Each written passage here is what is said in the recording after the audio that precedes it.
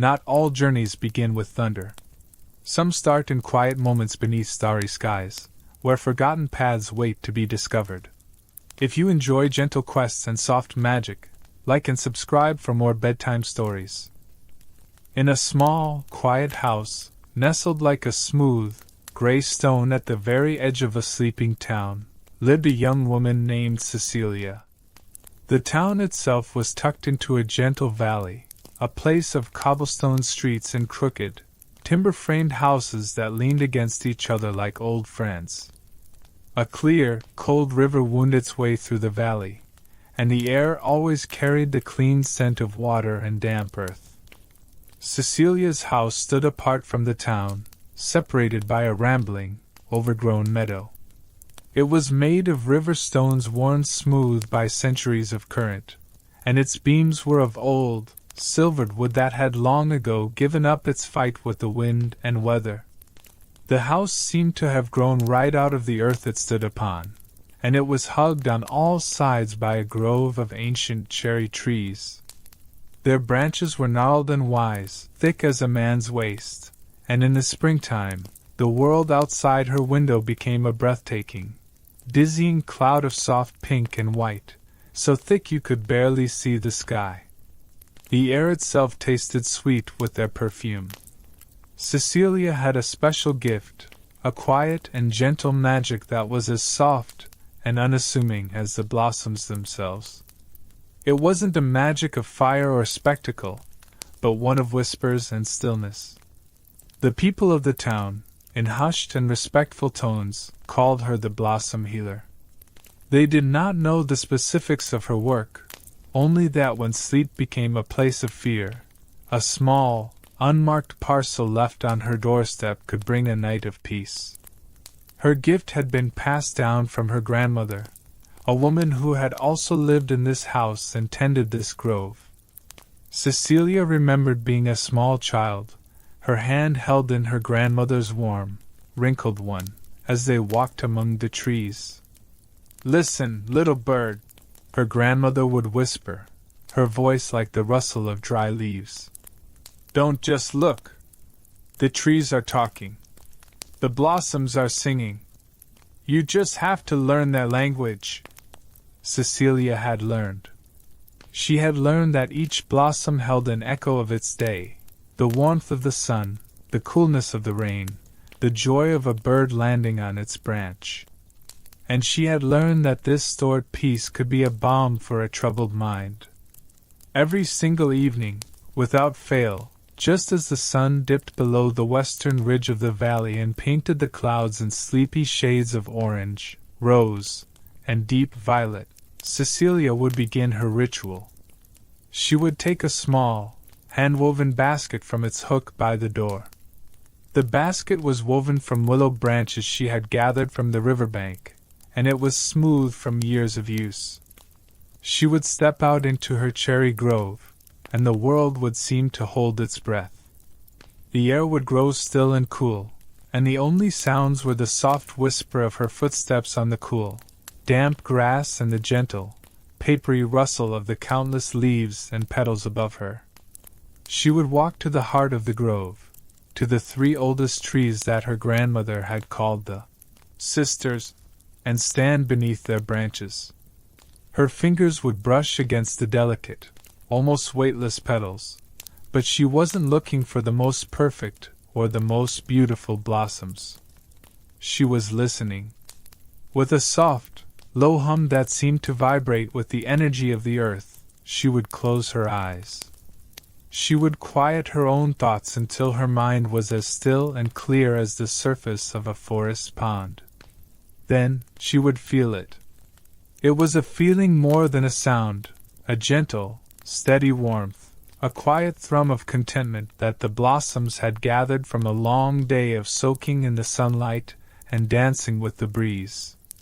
Some blossoms were quiet, holding a shy, gentle peace. Others were more vibrant, their peace full of the memory of a warm afternoon. She chose a variety, believing that different kinds of peace were needed for different kinds of sorrow. These were the ones she would carefully, reverently pluck and place in her basket. They felt warm and alive to the touch, full of quiet, happy energy. She would fill her basket slowly, taking her time, ensuring each blossom she chose was one of deep and profound calm.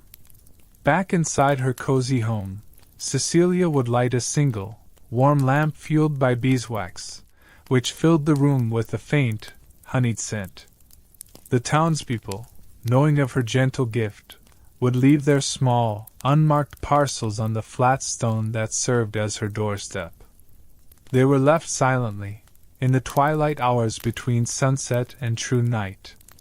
Inside each parcel was a simple, plain pillowcase, and tucked within its folds was a note, never signed, a whisper of a troubled sleep. "My husband shouts in his dreams of the sea," one might read, the handwriting neat and controlled. "My child is afraid of a spider with too many eyes," another might say, the words smudged as if by tears. The notes described lingering fears, nightmares that would not fade, a deep weariness that sleep could not cure. They were small, folded pieces of the town's secret heart. Cecilia would take one of the pillowcases, often worn soft from many years of use, and empty her basket of cherry blossoms onto it. The sweet, clean scent would fill her small cottage. With a needle as fine as a dragonfly's leg and a thread of soft, pale silk, she would begin to sew the blossoms onto the fabric. It was a slow, meditative, and peaceful process. The only sounds in her small cottage were the tiny, satisfying snick of the needle passing through the cloth and the almost silent, feathery rustle of the petals as she arranged them. She created patterns like sleeping constellations, swirling galaxies, and gentle, flowing rivers of pink and white. For a dream of the sea, she might sew the blossoms in waves. For a child's fear, she might sew them in a circle, a protective ring of peace. She believed, and she knew, that the peaceful energy stored in the blossoms could gently, patiently push away the bad dreams, leaving only calm and quiet rest for the sleeper. She worked late into the night, the pile of finished pillowcases growing beside her like a drift of fragrant snow. Each one was a soft, fragrant promise of a peaceful night. Once a pillowcase was covered in her sleeping stars, she would fold it carefully, reverently, and place it back into its parcel. In the deep quiet of the night, under the soft, watchful light of the moon, she would deliver them back to the doorsteps from which they came. She moved like a shadow through the sleeping town, her bare feet making no sound on the cool cobblestones. She saw the town in its most vulnerable state, the baker's house, smelling of yeast even in the dead of night, the blacksmith's, with its faint scent of cold iron, the small cottages of families whose secret fears she now held in her hands. She was the town's silent guardian of dreams. She never saw their faces, and they never saw hers. It was a relationship of quiet trust, woven with threads of kindness and fragrant petals.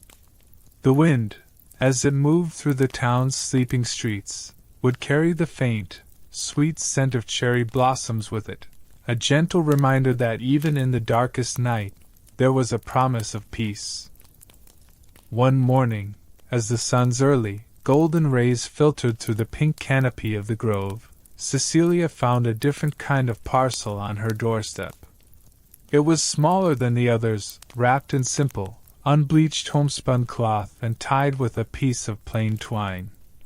When she picked it up, she felt a faint tremor of worry from it, a feeling as cold and sharp as a single drop of winter rain on warm skin. It was a desperate, pleading energy that clung to the cloth. She took it inside, her heart already feeling a strange, protective ache. She unwrapped it carefully. The pillowcase within was incredibly soft, the cotton worn so thin in places that it was almost translucent, a testament to countless washings and the touch of a small, restless head. On one corner, there was a faded, hand-stitched embroidery of a little yellow duck, its threadbare form a ghost of past comfort. Tucked inside was a piece of paper, folded many times into a tiny, tight square. The handwriting on the note was jagged and shaky, the words of a parent gripped by a deep and helpless fear, written so forcefully that the pen had torn through the paper in several places. "Please," it began.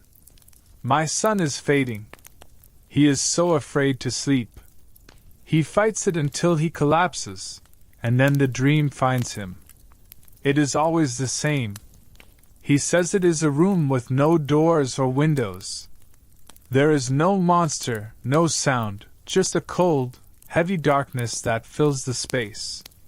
It presses down on him, he says, like a mountain of cold mud, and he cannot breathe, cannot move, cannot scream. He wakes up silent and trembling, and a little more of his light is gone. Please, if you can do anything, help us." Cecilia's heart clenched. She held the small, soft pillowcase to her cheek, closing her eyes and imagining the little boy, his small body tense with fear even in his waking hours. That evening, her walk into the cherry grove was different. She had a new purpose, a focused intensity in her search. She did not just seek peace, she sought strength. She passed by the lower branches, whose blossoms held a gentle, sleepy calm. She needed something more. She looked up, to the very top of the ancient sister trees, where the blossoms had spent the entire day bathing in the brightest, most unfiltered sunlight. To reach them, she had to climb, her bare feet finding holes in the gnarled bark her grandmother had taught her to see. She was looking for blossoms that held not just calm, but also courage and a gentle, unwavering warmth. She found them, clustered at the very tips of the branches, and they seemed to glow with a brighter energy, a more potent and resilient peace. She filled her basket until it was overflowing with these petals of pure light and courage. Back in her cottage, the lamplight seemed warmer, more golden, as she laid out the small pillowcase with its faded yellow duck. She took more blossoms than she ever had before, determined to build an unbreachable fortress of peace for this child. She sewed them on not just in patterns, but in a thick, soft, overlapping layer, like the feathers of a mother bird's wing covering her nest. Her needle and thread moved with a gentle urgency. As she worked, she hummed a soft, ancient lullaby that her grandmother had once hummed to her, a tune said to ward off shadows and invite sweet dreams. She poured all her hope, all her warmth, all her quiet strength into every single stitch. When she finished, the pillowcase was a thick, plush cloud of pink and white, smelling sweetly of sunshine and courage. She held it to her heart for a long moment, sending a silent message of safety to the unknown child before leaving it on the doorstep, a soft shield against the coming night. A few days passed, and Cecilia felt a quiet, fragile hope in her heart.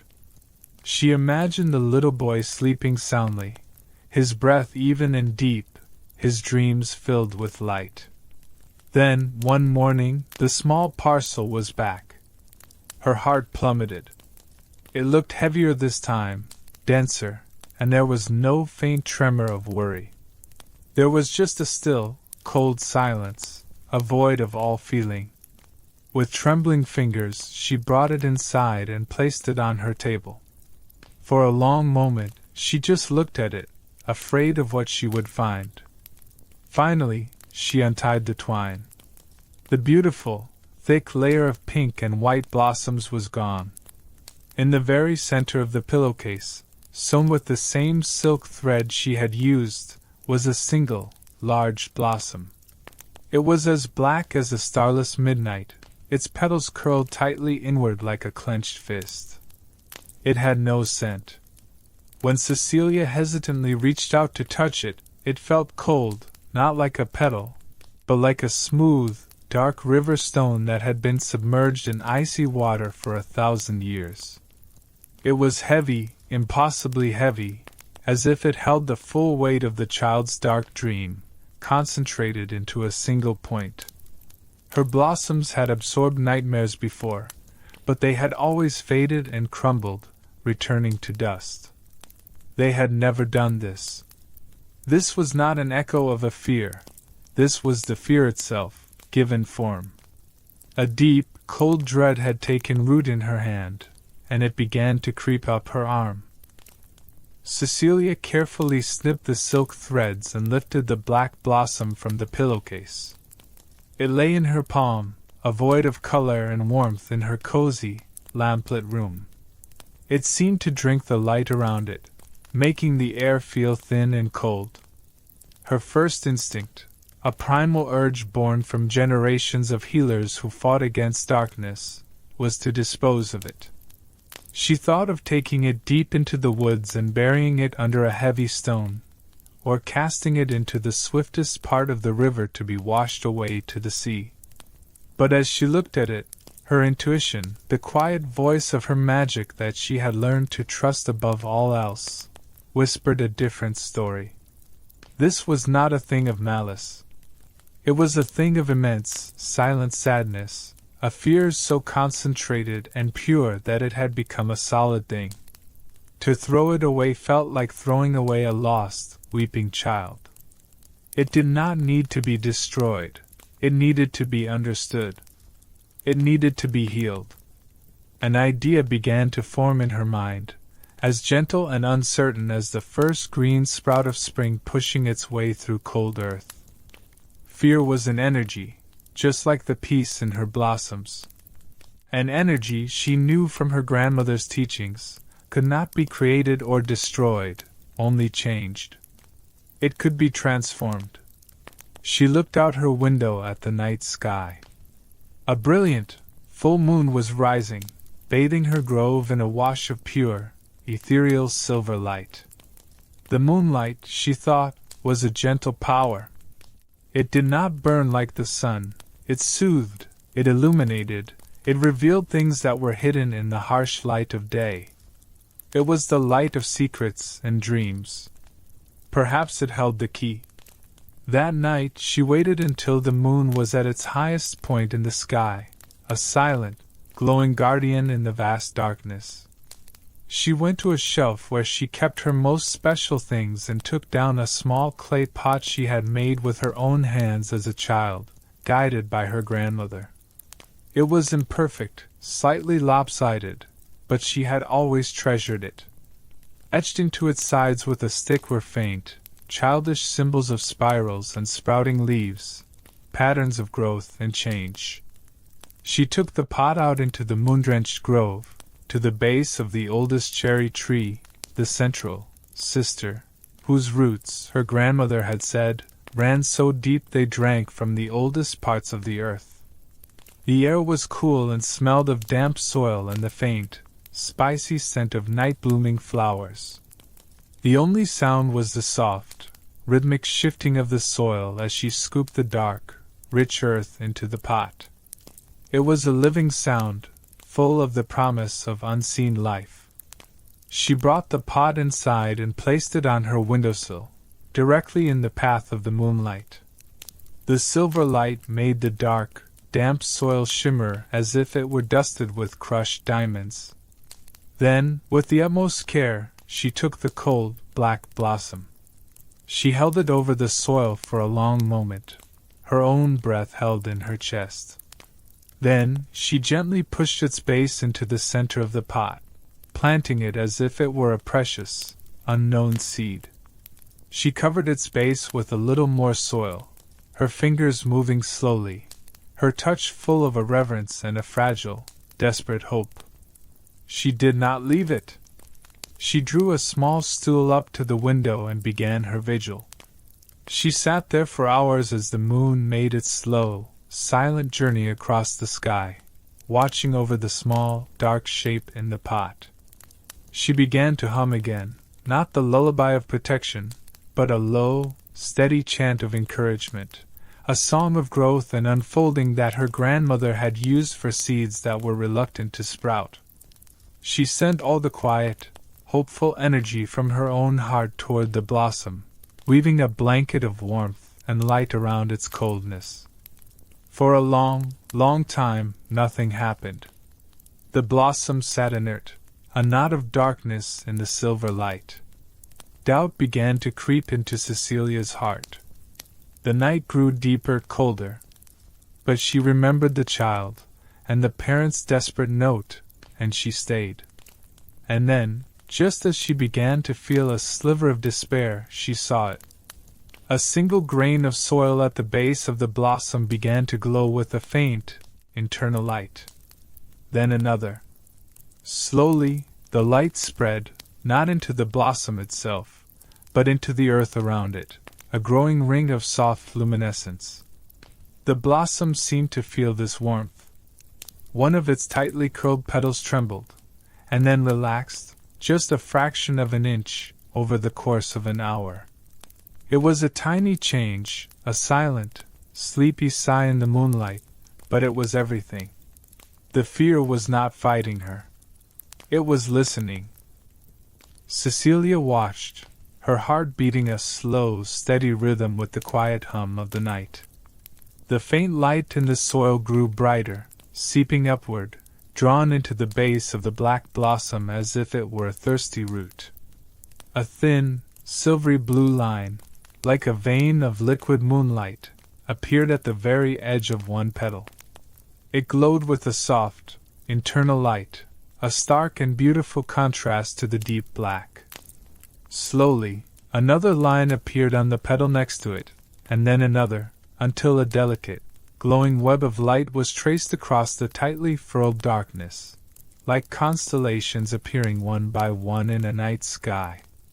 The profound, absorbing cold that had emanated from the blossom began to recede, replaced by a soft, neutral warmth, like a stone that has been left in the gentle morning sun. Then, with a grace that was mesmerizing and utterly silent, the petals began to open. They did not simply unfold like a normal flower. They seemed to turn themselves inside out, a slow, magical, and impossible transformation. The cold, black outer surface folded away, revealing a luminous interior that glowed with a gentle, golden light. As the blossom opened, it grew, the stem thickening and rising from the soil until it stood tall and proud in its small, lopsided pot.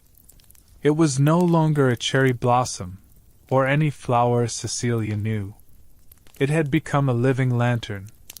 Its fully bloomed petals were made of a substance that looked like frosted, golden glass, and they pulsed with a soft, steady light, like a sleeping, happy heartbeat. The deep blackness that had defined it was now just a series of delicate, intricate patterns on the outside of the glowing petals, like the intricate tracery of veins on a leaf. It was not a mark of fear anymore, but a beautiful, complex memory of what it had overcome. The air around the flower hummed with a soft, melodic buzz, a sound like tiny, distant bells that was deeply calming and full of a quiet, bubbling joy. The most wondrous thing of all happened when the golden light from the lantern flower touched the plain wooden walls of her cottage. The light did not just illuminate the wall, it painted it with moving pictures. Soft-edged, silent dreams swirled across the wood like gentle, colored clouds. Cecilia watched, enchanted and breathless, as the scene unfolded. A smiling child, with no face she could recognize but a spirit she knew, was soaring through a velvet night sky on the back of a great, gentle dragon whose scales shimmered like mother-of-pearl. They flew through clouds that looked like spun sugar, past stars that dripped silver light and chimed with a music she could feel rather than hear. Then the scene dissolved like smoke and reformed into a meadow filled with sundrowsy, giant lions who were purring a sound like rolling thunder, letting small children braid glowing flowers into their manes. Another dream appeared, a boat made from a giant leaf, sailing on a sea of sparkling juice under a sky full of friendly, smiling moons. They were happy, impossible, beautiful dreams, full of wonder and completely devoid of fear. The nightmare had not been banished. It had been reborn. The child's deep, silent fear, when met with Cecilia's unwavering hope and the moon's gentle power, had blossomed into something new and breathtaking. She realized then that her gift was not just to shield, but to transform. Fear was not an enemy to be fought, but a lost and powerful energy that simply needed a kind hand to guide it back toward the light. Awe and a profound, quiet joy filled her heart. The next morning, just as the sun rose and set the dew on the meadow to sparkling, she took the pot with its gently glowing lantern flower. It still pulsed with its soft, golden light, even in the morning sun. She carried it through the waking town. She smelled the scent of baking bread from the baker's and heard the first clang of the blacksmith's hammer. She walked with a new sense of purpose, carrying this secret, magical light through the mundane, waking world. She placed the pot on the same doorstep where the worried parcel had been left. She did not leave a note. The flower, with its warm, pulsing light and its silent, swirling promises of beautiful dreams, was a message far more powerful than any words she could write.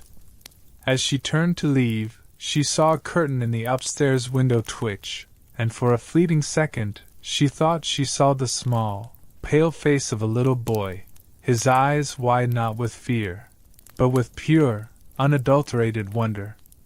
She knew, with a certainty that filled her heart with peace, that the child would no longer be afraid of the shadows, for he now had a light of his very own to fill the darkness.